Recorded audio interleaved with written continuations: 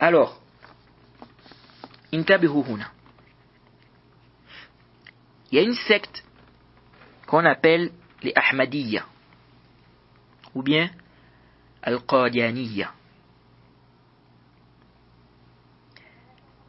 C'est une secte mécréante.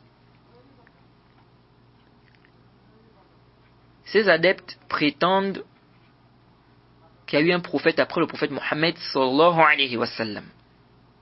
Ils disent que c'était Ahmed Ghulam. Alors, ça c'est une secte mécréante. Parce que celui qui croit que le prophète Mohammed sallallahu alayhi wa sallam n'est pas le dernier prophète, qu'il y a des prophètes qui sont venus après le prophète Mohammed sallallahu alayhi wa sallam, c'est un kafir. Jaïd. Alors, parmi les croyances de cette secte, ou bien cette secte-là, croit que Isa est mort. Les Ahmadiyya croient que Isa est mort. Et donc, ils font tous leurs efforts pour prouver que Isa est mort. Car, une fois ils ont convaincu leur adversaire sur cela, ils vont chercher à démontrer à ce dernier que les ahadiths qui parlent de la descente de Isa, qu'en fait ces ahadiths-là parlent de quelqu'un d'autre. Il s'agit de Ghulam Ahmed Al-Qadiani, qu'il considère comme prophète venu après le prophète Mohammed sallallahu alayhi wa sallam. Alors, s'ils sont incapables de prouver que Isa est mort, ils ne pourront pas démontrer que Ahmed Ghulam est un prophète. Et même si on suppose qu'ils arrivent à démontrer que Isa est mort, même si on suppose, ils ne peuvent pas toujours démontrer que Ahmed Ghulam est un prophète.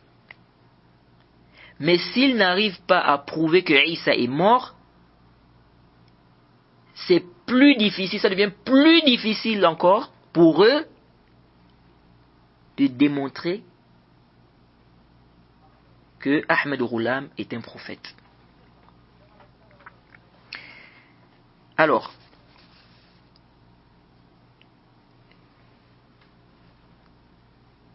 cette secte-là apporte certains arguments pour soutenir leur conception. Cette fausse conception. C'est-à-dire que Isa est mort. C'est-à-dire que Isa est mort. Et que les ahadiths, tous les ahadiths qui parlent de la descente de Isa, en fait, il s'agit de Ghulam Ahmed Al-Qadiani. Et les versets où Allah subhanahu wa ta'ala dit qu'il a élevé Isa vers lui, vous savez comment ils interprètent ces versets-là? Pour eux, l'élévation ici, c'est l'élévation en degrés. C'est-à-dire qu'Allah a élevé Isa en degrés, en rang. Mais nous disons, ça c'est complètement batil. C'est-à-dire, dire que quand Allah subhanahu wa ta'ala dit, je vais t'élever vers moi, ou bien qu'Allah l'a élevé vers lui, dire que ça veut dire ici, l'élever en degrés. Ça ne veut pas dire qu'Allah subhanahu wa ta'ala l'a élevé, donc avec son corps et son âme, donc de la terre, n'est-ce pas, qu'Allah subhanahu wa ta'ala l'a fait monter, donc au ciel. Dire ça, dire que ici là,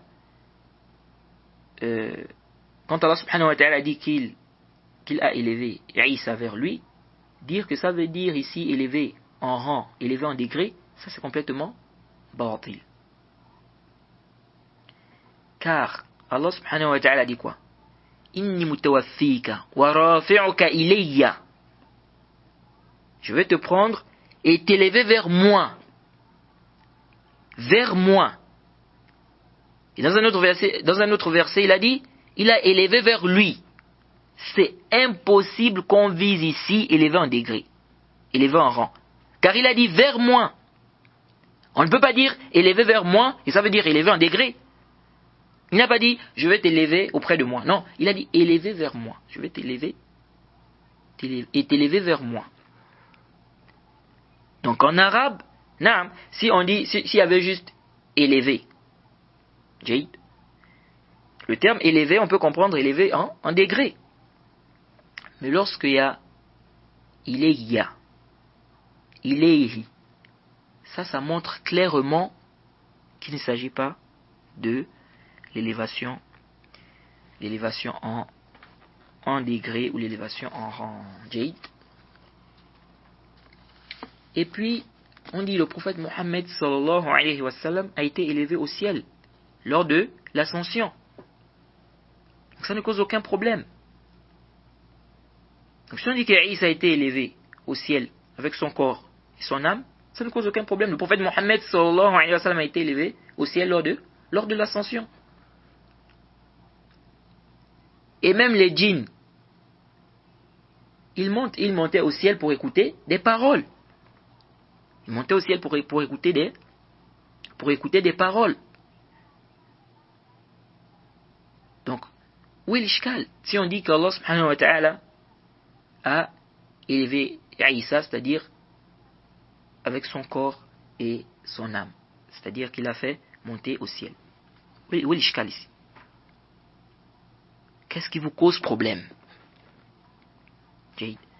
Donc venir prendre, c'est-à-dire faire des interprétations sur des versets qui sont clairs, des fausses, n'est-ce pas, des fausses interprétations sur des versets qui sont clairs, ça ne tient pas. Ça c'est la voie, n'est-ce pas, des gens qui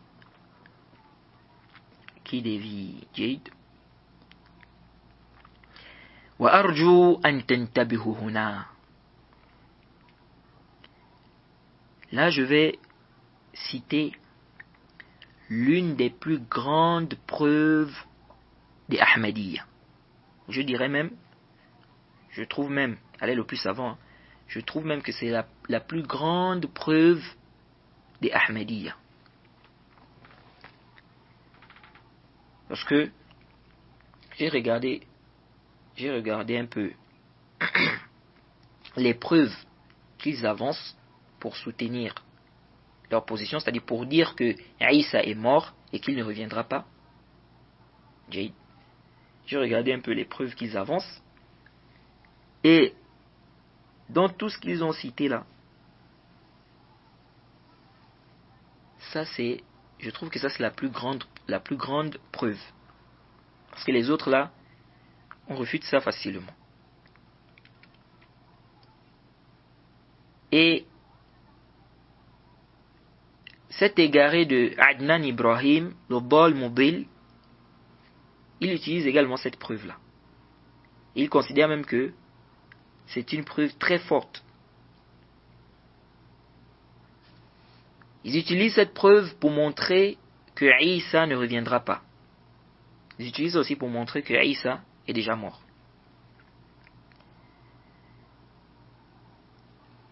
Mais, intabihuhuna.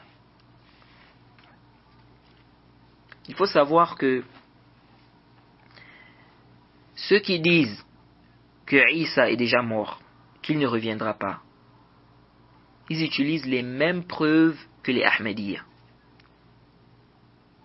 C'est-à-dire, même si vous trouvez que quelqu'un n'est pas dans la secte des Ahmadiyya, s'il dit que Isa est déjà mort, que Isa ne reviendra pas, vous verrez qu'il utilise les mêmes preuves que les Ahmadiyya.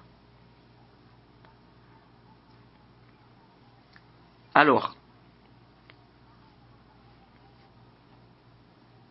cette preuve-là, Adnan Ibrahim, le Bal, il considère que c'est une preuve qui est forte, une preuve qui est très forte. Mais vous verrez, lorsqu'on va refuter leur façon de s'argumenter par rapport à cette preuve, vous verrez, Inch'Allah, que leur argumentaire est aussi faible qu'une toile d'araignée. Alors, les Ahmadiyya viennent avec cette preuve pour dire que Isa ne reviendra, il ne reviendra pas. Ils disent, Allah subhanahu wa ta'ala dit, Surat 5, au verset 116 à 119. وَإِذْ قَالَ اللَّهُ يَا عِيسَى ابْنَ مَرْيَمَ أَأَنْتَ قُلْتَ لِلنَّاسِ اتَّخِذُونِي وَأُمِّيَ إِلَٰهَيْنِ مِن دُونِ اللَّهِ قال سبحانك ما يكون لي أن أقول ما ليس لي بحق إن كنت قلته قد علمته تعلم ما في نفسي ولا أعلم ما في نفسك إنك أنت علام الغيوب إنك أنت علام الغيوب ما قلت لهم إلا ما أمرتني به أن يعبدوا الله ربي وربكم وكنت عليهم شهيدا ما دمت فيهم فلما توفيتني كنت أنت الرقيب عليهم وأنت على كل شيء شهيد إن تعذبهم فإنهم عبادك وإن تغفر لهم فإنك أنت العزيز الحكيم قال الله هذا يوم ينفع الصادقين صدقهم.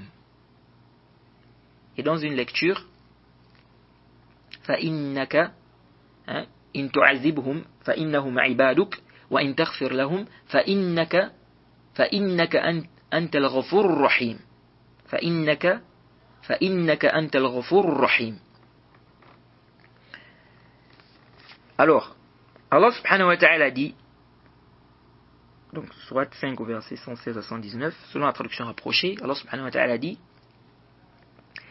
et rappelle-leur le moment où Allah dira, ô Jésus fils de Marie, est-ce toi qui as dit aux gens, prenez-moi ainsi que ma mère pour deux divinités en dehors d'Allah? Il dira, gloire et pureté à toi, il ne m'appartient pas de déclarer ce que je n'ai pas le droit de dire. Si je l'avais dit, tu l'aurais su, certes.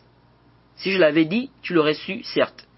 Tu sais ce qu'il y a en moi, je ne sais pas ce qu'il y a en toi. Tu es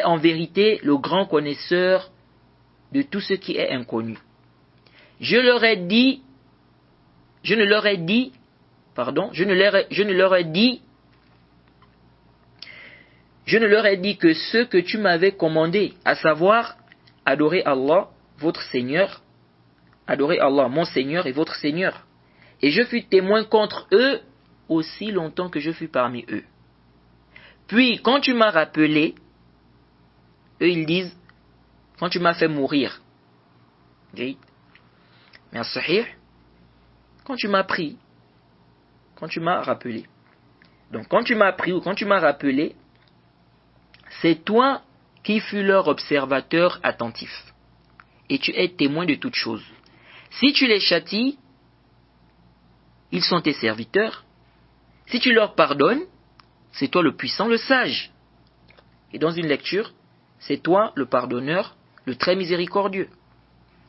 Allah dira, voilà le jour où leur véracité va profiter aux véridiques. Voilà le jour où leur véracité va profiter aux véridiques. Alors, l'aspect argumentatif. Ils disent, ce verset nous parle d'un dialogue entre Allah et Isa. Ils disent, ça c'est le jour dernier. Or, ici, donc ce dialogue-là va se passer, ça va se produire le jour dernier. Jade. Ils disent, ce dialogue va se produire, donc ce sera Yawm al-Qiyamah. Ils disent, Isa dit ici qu'il était témoin contre eux quand il était avec eux. Et quand Allah l'a pris, c'est Allah qui était leur observateur attentif. Jaïd. Donc, ils disent, donc, ici, Isa ne saura pas que les gens après lui l'ont adoré. Isa ne saura pas que les gens après lui l'ont adoré, lui et sa mère. Ils disent, or, si on dit qu'il va revenir, donc il est censé connaître, quand il va revenir, que les chrétiens l'adorent, lui et sa mère. Donc, comme ici dans le verset, il ne sera pas au courant de ça, ça prouve qu'il ne va pas revenir. Et comme ce verset-là parle du jour du jugement dernier, donc ce qui va se passer le jour du jugement dernier, donc ça va se passer le jour dernier, ça montre qu'il est mort. Et donc ce qui est voulu dans le verset par Falamma tawaffaytani, ce qui est voulu ici c'est la mort. Ça, c'est l'ambiguïté qu'ils apportent. Et cet égaré de Adnan Ibrahim, il ajoute à cela un hadith. Adnan Ibrahim et ceux qui le suivent, ils ajoutent à cela un hadith. Ils disent, c'est venu dans le Sahih al-Bukhari, le hadith d'Ibn Abbas, radiyallahu anhuma. Il est dit là-bas, donc Ibn Abbas dit que le prophète Mohammed sallallahu alayhi wa sallam a dit, quand on viendra avec des gens, donc Yawm al-Qiyamah, on va les emmener en direction de l'enfer. Donc, on va les emmener en enfer. Et le prophète Mohammed sallallahu alayhi wa sallam dira, mes compagnons. Et on lui dira, tu ne sais pas ce qu'ils ont innové, tu ne sais pas ce qu'ils ont innové après toi. Et dans ce hadith, qui est dans le Sahih al-Bukhari, le prophète Mohammed sallallahu alayhi wa sallam dit, فأقول كما قال العبد الصالح عيسى بن مريم كنت عليهم شهيدا ما دمت فيهم فلما توفيتني كنت أنت الرقيب عليهم وأنت على كل شيء شهيد إن تعذبهم فإنهم عبادك وإن تغفر لهم فإنك أنت العزيز الحكيم. Le prophète Mohammed sallallahu alayhi wa sallam dit, je vais dire ce que le serviteur pieux Isa ibn Maryam dira, ou ce qu'il a dit. Ensuite, le prophète Mohammed sallallahu alayhi wa sallam a mentionné le verset. Donc, le prophète Mohammed sallallahu alayhi wa sallam, dans ce hadith, dit qu'il va dire, Yawm al-Qiyamah, il va dire la même parole que Isa. Quelle est cette parole? Et je fus témoin contre eux aussi longtemps que je fus parmi eux. Puis quand tu m'as rappelé, c'est toi qui fus leur observateur attentif. C'est toi qui fus leur observateur attentif. Et tu es témoin de toutes choses. Si tu les châties, ils sont tes serviteurs. Et si tu leur pardonnes, c'est toi le puissant, le sage. L'aspect argumentatif. Ils disent, ici là, le prophète Mohammed sallallahu alayhi wa sallam dit qu'il va dire la même parole que Isa. Et ici dans le hadith, on a dit au prophète, ou dans le hadith, le prophète Mohammed sallallahu alayhi wa sallam nous fait comprendre qu'on lui dira, tu ne sais pas ce qu'il, quand il va dire mes compagnons, on lui dira, tu ne sais pas ce qu'ils ont innové après toi. On a déjà parlé, je crois qu'on a déjà parlé de ce hadith-là. Je pense dans les premiers cours comme ça. Alors, ils disent, intabihu huna. Ils disent, le prophète ici, la Yawm al-Qiyamah, il ne saura pas qu'il y a des gens qui ont apostasié après lui. Et donc, comme il dit qu'il va dire la même parole que Isa, et que Yawm al-Qiyamah, Isa va dire cette parole, donc le prophète a cité ici dans le hadith, il dit ça prouve que Isa aussi, quand il va dire ça, il ne saura pas que des gens l'ont pris pour une divinité. Et donc ça prouve qu'il ne reviendra pas. Parce que si on dit qu'il va revenir, donc il est censé savoir que, c'est-à-dire quand il va revenir, il est censé savoir que des gens l'adorent. Donc comme Yawm al-Qiyamah, il ne saura pas ça, ça veut dire qu'il n'est pas, ça veut dire que Isa ne reviendra pas. Voilà l'aspect argumentatif. Alors, avant de répondre à cette ambiguïté, parce que quelqu'un qui écoute ça, comme ça, qui ne connaît pas la réponse, il peut dire vraiment, ça c'est une ambiguïté qui est très forte. Elle est très très très forte. Mais Inch'Allah, vous verrez, quand on va réfuter ça, que vraiment, ça ne tient pas. Cet argumentaire-là ne tient pas. Cet argumentaire-là est aussi faible qu'une toile d'araignée. Alors, intabihu. Sachez que les savants ont divergé en deux paroles concernant ce verset d'abord.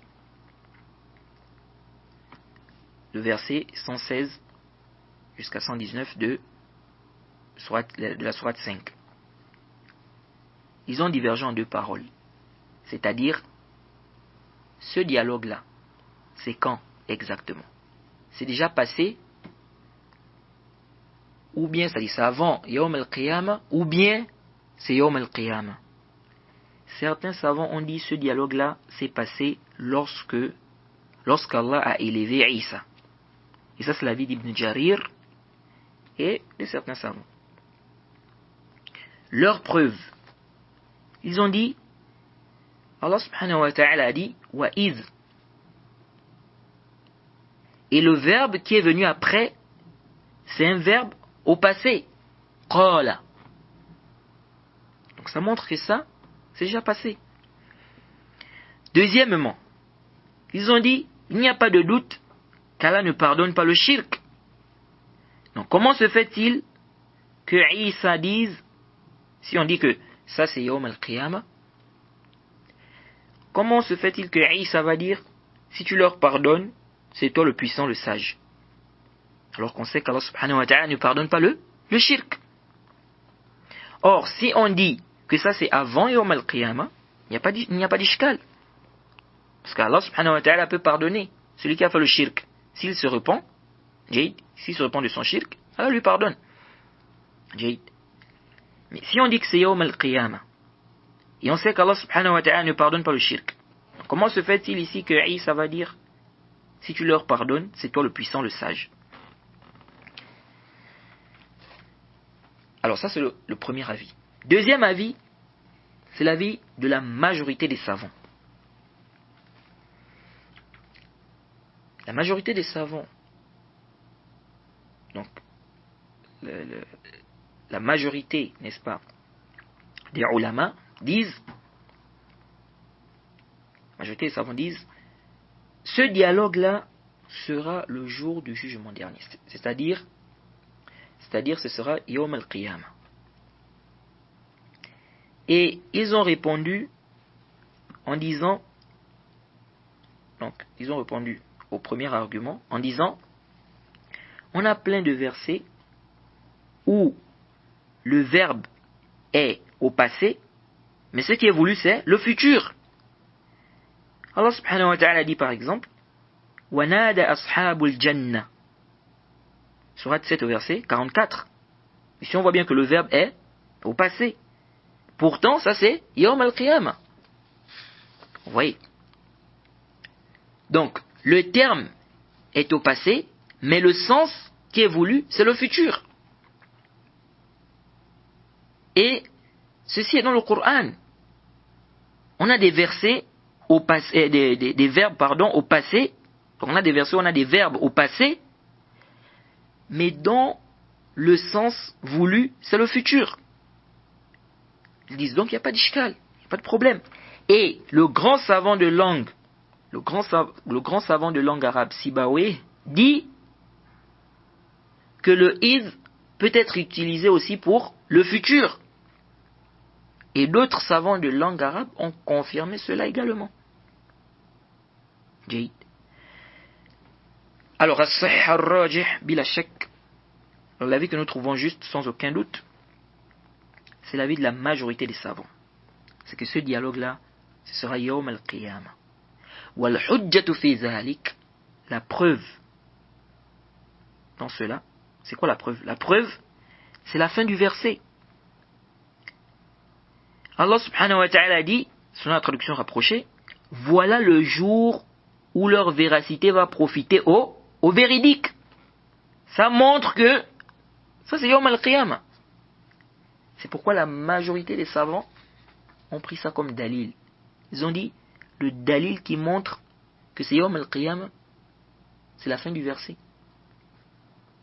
La fin du verset là nous montre que ça c'est Yawm al-Qiyamah. Je vais relire une partie pour que ça soit plus clair. Allah subhanahu wa ta'ala dit, sur la traduction rapprochée, donc Allah subhanahu wa ta'ala nous fait comprendre que Isa dira, Allah subhanahu wa ta'ala dit que Isa dira, je leur ai dit que ce que tu m'avais commandé, à savoir adorer Allah mon Seigneur et votre Seigneur. Et je fus témoin contre eux aussi longtemps que je fus parmi eux. Puis quand tu m'as rappelé, quand tu m'as pris, c'est toi qui fus leur observateur attentif. Et tu es témoin de toutes choses. Si tu les châties, ils sont tes serviteurs. Et si tu leur pardonnes, c'est toi le puissant, le sage. Allah dira, voilà le jour où leur véracité va profiter au véridique. Voilà le jour où leur véracité va profiter au véridique. Donc ça montre bien ici que ça ce sera Yawm al-Qiyamah. Jayid.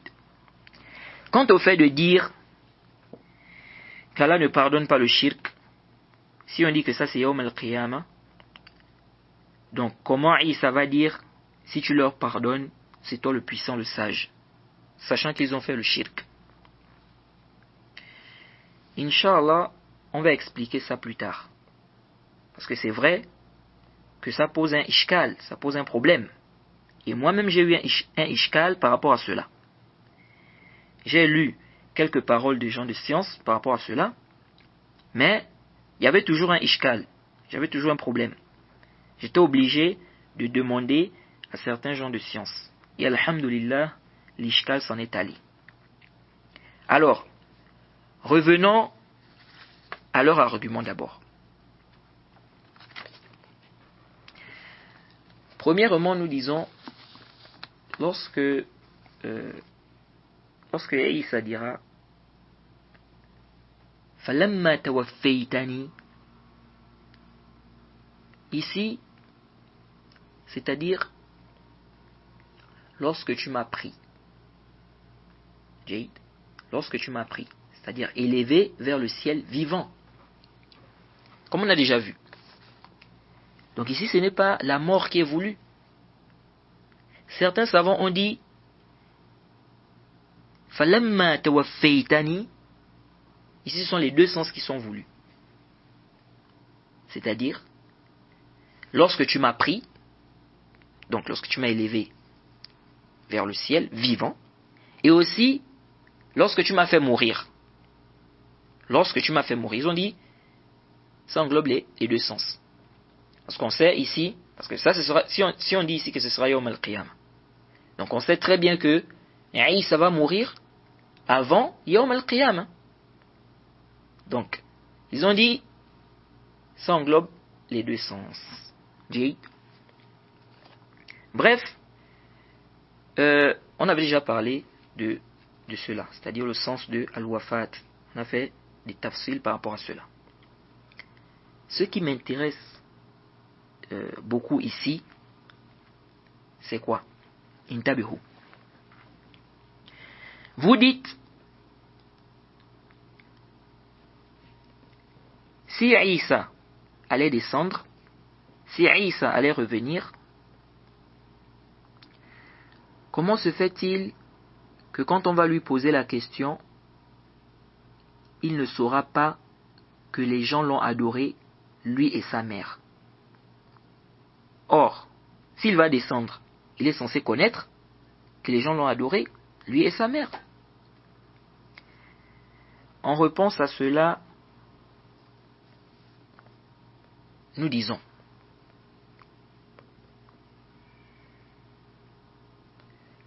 Intabihu, où avez-vous vu dans le verset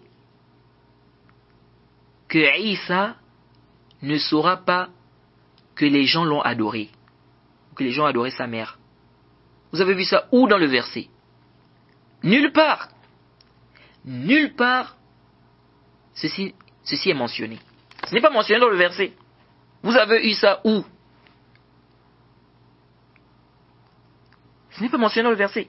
Et la preuve, c'est qu'Allah subhanahu wa ta'ala ne lui dira pas, ô Isa, sais-tu que les gens t'ont pris toi et ta mère pour deux divinités?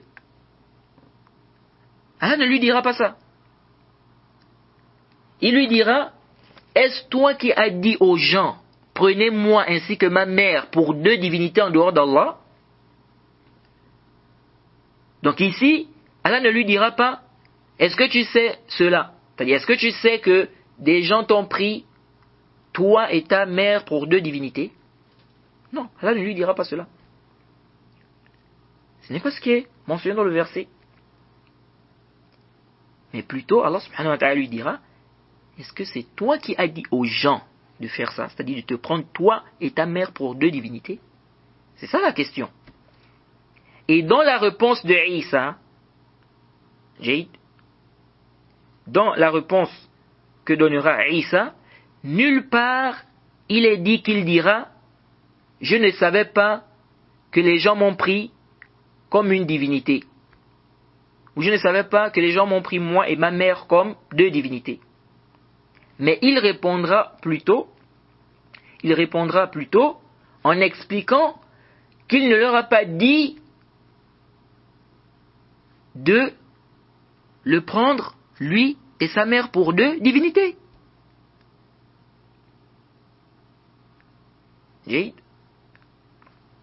Donc, votre argument, donc dire ici qu'il ne saura pas, ça ne tient pas. Parce que nulle part ceci est mentionné. Nulle part ce n'est mentionné dans le verset Jade. Et on a plein de preuves qui montrent que Isa saura que des gens l'ont pris pour divinité. Car les textes disent qu'il brisera la croix. Donc, comment il va briser quand il va revenir? Comment il va briser la croix, Jade? Et il ne va pas savoir que des gens l'ont pris pour une divinité. Vous voyez? Donc ce que vous dites là ne tient pas. Quant au hadith qu'a cité cet égareur de Adnan Ibrahim et ceux qui suivent ses pas, nous disons, ils n'ont pas été intelligents. Le hadith est un argument contre eux. C'est pourquoi certains savants disent, lorsqu'un innovateur vient avec un argument, si tu médites bien dans cet argument-là, tu verras que dans cet argument-là, il y a un rad, il y a une réfutation contre lui-même. Donc nous disons, cet argument est contre vous. Kaif intabihu. Dans le hadith, le prophète a utilisé le même verset, n'est-ce pas? Donc il va dire la même parole que Isa. La question qu'on pose, le prophète en utilisant cette même parole, donc cette même parole de Isa, j'ai dit bien cette même parole que Isa va dire, est-ce que ça veut dire que le prophète n'a pas su qu'après lui, il y a des gens qui vont innover ou qui vont apostasier? Si vous dites oui, il n'a pas su, c'est que vraiment, vous n'avez pas bien médité sur ce hadith. Kaif. Car s'il n'a pas su, comment il a prononcé ce hadith? Car c'est le prophète lui-même qui raconte cela. Qui a cité le hadith? Ibn Abbas dit que le prophète a dit. Donc c'est le prophète qui dit. Donc quand il a cité ce hadith, il savait bien qu'il y a des gens qui vont apostasier après lui, ou qui vont innover après lui. Puisque c'est lui-même qui cite le hadith. Donc s'il n'a pas su comment il a prononcé ce hadith, parce que là il a cité ce hadith, il a prononcé ce hadith, c'est dunya. Oui, il peut ne pas connaître qui exactement. J'ai dit, il y a des gens qui vont apostasier, il y en a qui vont innover après lui. Qui exactement? Mais dire qu'il ne connaissait pas que des gens vont apostasier, ou bien dire qu'il n'a pas su que des gens vont apostasier en citant, ou que des gens vont innover, en citant ce hadith, c'est complètement batil. Parce que s'il cite ce hadith, il dit Yawm al-Qiyamah, il y a des gens qui viendront, n'est-ce pas? Et on les prendra, on va les amener en enfer, je vais dire ceci, et on va me dire, tu ne sais pas ce qu'ils ont innové après toi. Donc ça veut dire qu'il sait. Ça veut dire qu'il sait parce que c'est lui-même qui est en train de dire que ça va se passer Yawm al-Qiyamah. Donc quand il a prononcé le hadith là, quand il a cité, quand il a raconté cela, il a su. Donc de là, il a su que donc ça veut dire que il y a des gens qui vont innover, qui vont apostasier. Parce que s'il n'a pas su comment il a prononcé ce hadith, vous voyez. Et si quelqu'un dit, oui mais Allah fera qu'il oublie Yawm al-Qiyamah, nous disons, le fait d'oublier une chose ne veut pas dire qu'on ne connaissait pas cela. Jaïd. Et en général, celui qui a oublié une chose, si on lui rappelle, il se souvient. Jaïd. Alors, donc nous disons, si le prophète dit cette même parole que Isa dira, et que le fait qu'il la dise ne montre pas qu'il ne sait pas que des gens vont apostasier, par exemple, ou innover, de même,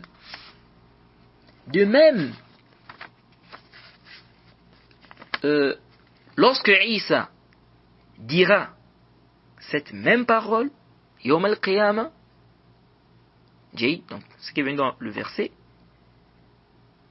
ça ne montre pas également qu'il ne saura pas que des gens l'ont pris pour une divinité. Que des gens ont pris sa mère pour une divinité. Donc ça c'est clair. Donc ça, c'est un argument contre vous. Jaïd. Donc si le prophète a cité ce verset, Jaïd, en citant ce verset, ça ne veut pas dire qu'il n'était pas au courant, bien qu'il ne savait pas, ou qu'il n'a pas su, qu'il n'a pas su que des gens vont apostasier, ou bien que des gens vont innover après lui. Parce que c'est lui-même qui cite le hadith. Donc si ça ne prouve pas cela,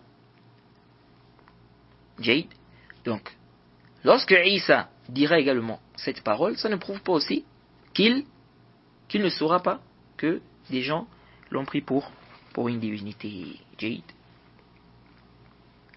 Bien évidemment, les Ahmadiyya ont d'autres arguments qu'ils avancent, hein, mais des arguments vraiment dont l'argumentaire est très faible. Hein, c'est vraiment très faible, et des arguments qui sont vraiment, c'est-à-dire qui ne tiennent pas en fait, et qui sont faciles à refuter. Peut-être on fera un audio spécial sur eux un jour, Inch'Allah. Parce que je suis en train de voir que dans cette explication des fondements de la sunna, si je fais trop des réfutations, je pense qu'on va mettre beaucoup de temps on mettra trop de temps pour terminer le livre.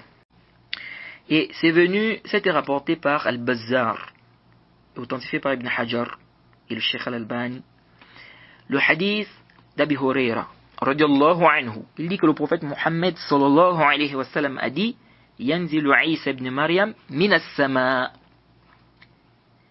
Il dit que le prophète Muhammad sallallahu alayhi wa sallam a dit: Isa, le fils de Marie, descendra du ciel. Et ça, c'est un texte qui fait un rad au Ahmadiyya. Ça fait un rad à Ahmed Ghulam, qui disait: où est-ce qu'ils ont vu qu'on a dit qu'il descendra du ciel? Ils ont vu ça où? Que c'est dit du ciel. Et il y a des Ahmadiyya aujourd'hui, n'est-ce pas, qui répètent la même chose. Ils disent: où est-ce qu'il a dit du ciel? Où est-ce qu'il a dit descendra du ciel? Du ciel, c'est où? Ya Gahil. Ça, c'est un hadith où il est dit clairement: il descendra du ciel. Et tous ces hadiths qui disent que Isa descendra, il descendra d'où? Il descendra d'où? Et c'est comme ça les gens de l'égarement. Ils viennent sur des textes qui sont clairs, ils apportent des interprétations qui sont complètement batila.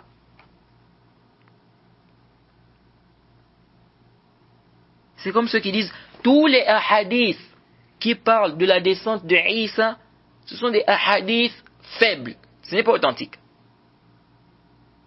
Qu'est-ce que c'est ça? Il va prendre un verset qu'il a mal compris, il s'accroche sur ce verset-là, il rejette tous les hadiths qui parlent de la descente de Isa. C'est pas comme ça. Donc à cause d'un seul verset que tu n'as même pas compris, à cause de ça tu rejettes tous les... C'est pas un hadith, 2 hadiths, 3, 4, 5, non, plein de hadiths qui parlent de la descente de Isa. Donc tu vas prendre un verset, déjà que tu n'as même pas compris, à cause de ça tu vas rejeter tous ces hadiths-là. Quelqu'un va venir dire tous les hadiths qui parlent de la descente de Isa, ce ne sont pas des hadiths authentiques, ce sont des faux hadiths, sans regarder les chaînes de transmission. Tout simplement à cause d'un verset que tu as mal compris. Si tu veux donner le jugement sur quelque chose, tu regroupes tous les textes qui sont venus sur le sujet, Jade, tu étudies ça, et après, tu sors avec une conclusion. Mais tu prends un seul texte, et tous les autres textes, tu dis, tous les autres hadiths, tout ce qui est venu comme preuve, tu dis non, tout ça là, on met ça de côté. Quelle phrase? Ça ne peut pas aller. Hein? Des hadiths qui sont venus dans Bukhari, dans Muslim, dans Ahmed, dans Abu Daoud, c'était rapporté par Abu Daoud, hein? Le Muslim Imam Ahmed, et bien d'autres. Plein de hadiths qui parlent de la descente de Isa. Comment tu vas venir rejeter ces hadiths-là en disant que non, ça contredit tel verset, alors que tu as même mal compris le verset. Oui.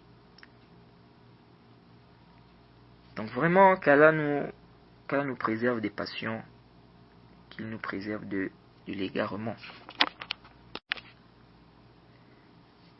Alors, on va s'arrêter ici. On s'arrête sur ce point-là. Et les hadiths sur la descente de Isa sont vraiment nombreux. On a plein de hadiths. C'est parce que je n'ai pas envie d'être très long. Sinon, je vous aurais cité ici plusieurs hadiths concernant la descente de Isa. On demande qu'Allah nous facilite, qu'il nous donne la compréhension de sa religion et qu'il nous préserve de l'égarement. Wa subhanaka Allahumma wa bihamdik wa ashhadu an la ilaha illa anta astaghfiruka wa atubu ilayk. Et quiconque fait scission d'avec le messager, après que le droit chemin lui est apparu, et suit un sentier autre que celui des croyants, alors nous le laisserons comme il s'est détourné, et le brûlerons dans l'enfer. Et quelle mauvaise destination!